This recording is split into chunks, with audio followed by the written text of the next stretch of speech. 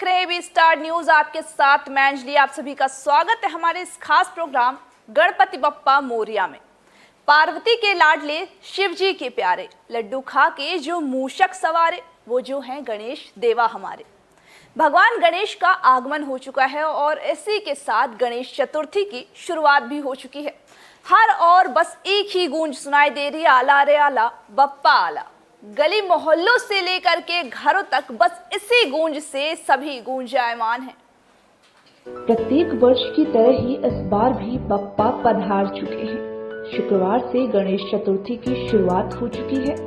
जगह जगह बस एक ही गूंज सुनाई दे रही है, गणपति बप्पा मोरिया। आपको बता दें, प्रत्येक वर्ष भाद्रपद के शुक्ल पक्ष की चतुर्थी तिथि को गणेश चतुर्थी का त्योहार मनाया जाता है और इन दिनों में ही सभी लोग ढोल नगाड़ों गाजे बाजे के साथ बप्पा का स्वागत करते हैं। गणेश चतुर्थी हिंदुओं का 10 दिन तक चलने वाला त्योहार होता है, जिसमें वो अपने देवता गणेश के जन्म के तौर पर मनाते हैं। गणेश शंकर और पार्वती के बेटे हैं, जिन्हें 108 नामों से जाना जाता है। वहीं सभी देवताओं में सबसे पहले गणेश की ही पूजा की जाती है।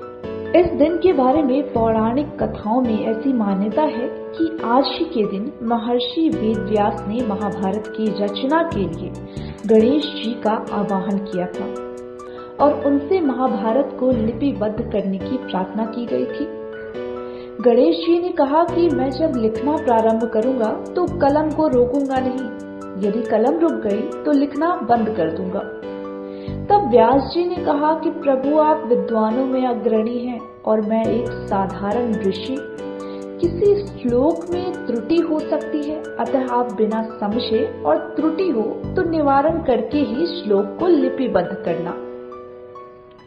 आज के दिन से ही व्यास जी ने श्लोक बोलना और गणेश जी ने महाभारत को लिपिबद्ध करना प्रारंभ किया था। इसके 10 दिनों बाद अनंत चतुर्दशी को लेखन कार्य समाप्त हुआ। इन 10 दिनों में गणेश जी एक ही आसन पर बैठे रहे। उनके शरीर पर धूल मिट्टी की परत जम गई।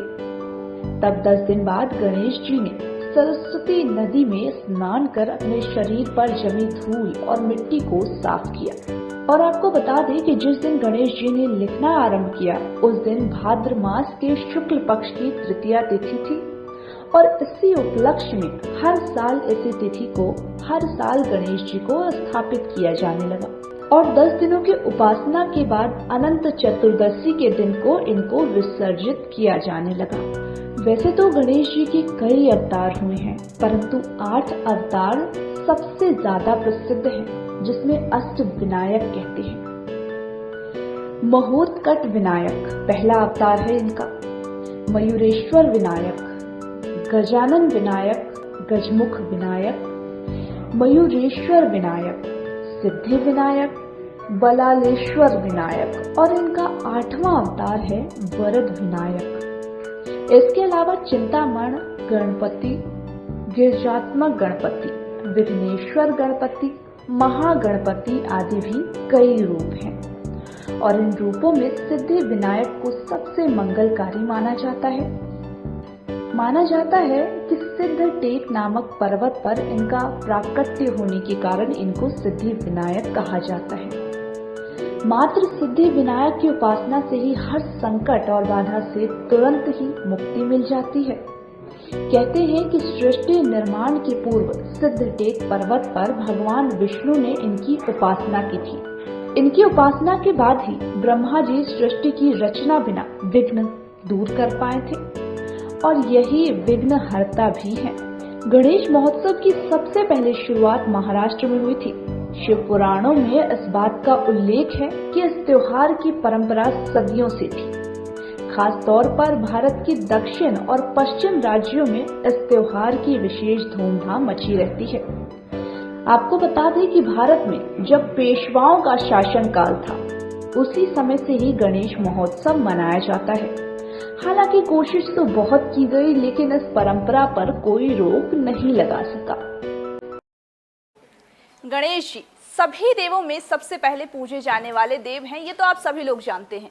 किसी भी शुभ काम करने से पहले गणेश जी का आशीर्वाद लिया जाता है। लेकिन क्या आप लोग जानते हैं ये बात कि एक बार ऐसा भी हुआ था जब पिता को पुत्र की पूजा करनी पड़ी थी। आइए आपको हम बताते हैं कि आखिर ऐसा क्या हुआ था कि जब भगवान शिव ने गणेश जी की पूजा की थी। देखिए हमारी इस खास रिपोर्ट में। ऐसे कई अवसर आए जब भगवान विष्णु और शिव जी मुसीबत में फंस गए थे, तब उन्हें भी प्रथम पूज्य गणेश जी की पूजा करनी पड़ी थी। एक बार भगवान शिव को असुर बलि की कृपा प्राप्त करके त्रिपुरासुर भयंकर असुर बन गया था। भगवान कार्तिकेय द्वारा तारकासुर का वध करने के बाद उसके तीनों पुत्रों ने देवताओं से बदला लेने का प्रण कर लिया था। तीनों पुत्र तपस्या करने के लिए जंगल में चले गए और हजारों वर्ष तक अत्यंत दुष्कर तप करके ब्रह्मा जी को प्रसन्न किया। तीनों ने ब्रह्मा जी से अमरता का वरदान मांगा, तो वहीं त्रिपुरासुर का वध करने की शक्ति नहीं थी। तब भगवान शिव ने ये जिम्मा उठाया। सभी देवताओं ने शिव को अपना अपना आधा बल समर्पित कर दिया। अब उनके लिए रथ और धनुष बाण की तैयारी होने लगी, जिससे कि रण स्थल पर पहुंचकर तीनों असुरों का संहार किया जा सके।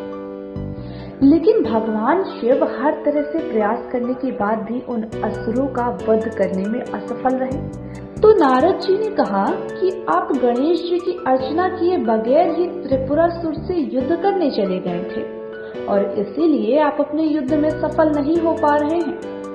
इसके बाद शिवजी ने अपने पुत्र गणेश जी का पूजन करके उन्हें लड्डुओं का भोग लगाया और फिर दोबारा त्रिपुरासुर पर आक्रमण किया।